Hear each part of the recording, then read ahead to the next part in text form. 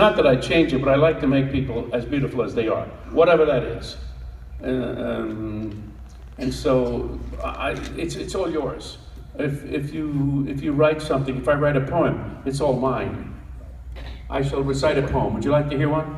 Yes. I wrote this many years ago. My love is youth, oh speak my heart. Her face is light enshrined.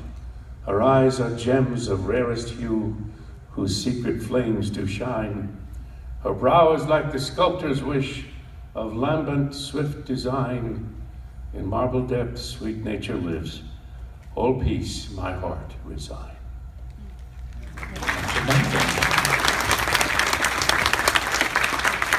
That's great.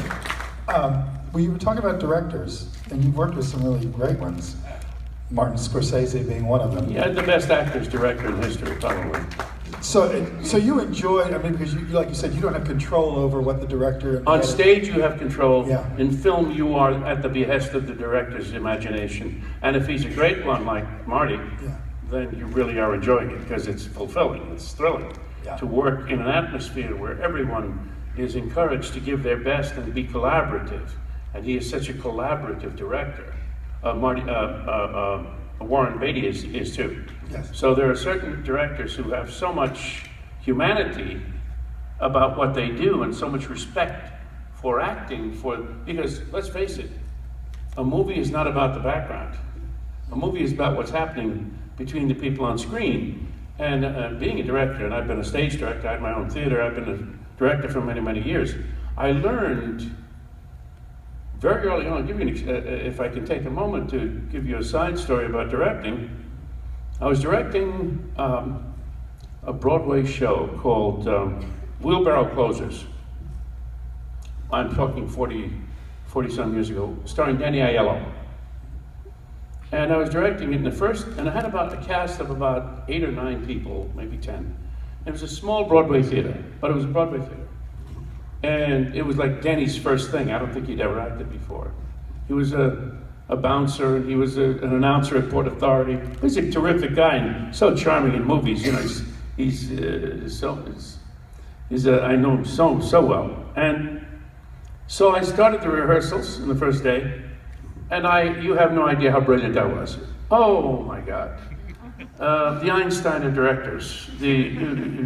I was a philosopher, a poet, mathematician, and they were completely dead.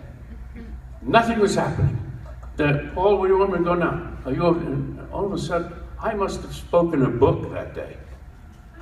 And I said, I went home, I said, I got no results from any of these. What did you do? I said, you're an idiot. What do you think, you're there to show off? You're there to help guide people on a difficult mountain. So the next day I went, and I said, and they're all standing waiting because they got trained right away and they have a lot of respect for me. I guess it was after I'd been in a few movies and I said, oh yeah, give a try. Oh, okay.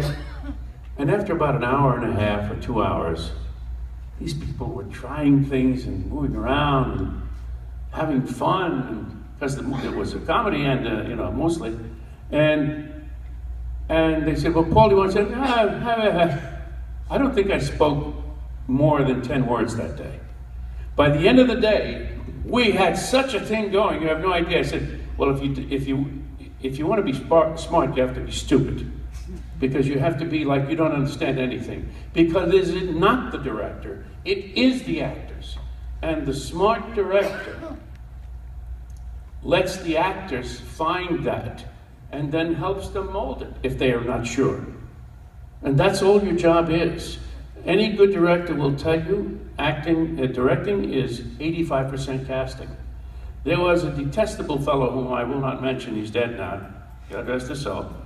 He was a terrible person, really bad person, and known as a great director. You're first on my list after this, by the way. He's a terrible person, and really kind of tried to just bother me the whole time. He was jealous because of my family, and I don't know, I guess because people obeyed him. Paul, I think when you see your partner in the tank, you could do something like this. I said, I can't do that. Now here I am telling a multi-million-dollar famous director, I'm not going to do that. Well, that set the tone. He tried everything to down me for 3 months. I did my job. And later on he said, Paul was a pain in the ass, but he did a perfect job in my movie. So here, give it to him this way. He cast his movies, his Academy Awards, cast his movies beautifully. He knew nothing about acting, but nothing. And he was destructive in it, but the lead actors, after that, he never spoke to me again. Just said, you know. So I have understood what directing is. And the savvy in a movie, the direction mostly happens in the editing room. On stage, it happens in the rehearsals. But the actor on stage is king, because he does his performance, beginning, middle, and end, in one night. It is up to him to learn from the audience, and to judge from the audience, and to get those things that he needs to express everything to the audience. And you learn, and you learn. In movies, you discharge the battery. On stage, you revitalize it. You charge it up again. So I don't know what the question was, but that's the answer. That was good. It's like Woody Allen said. I said to a beautiful girl, he said, I don't know what the question is, but the answer is yes.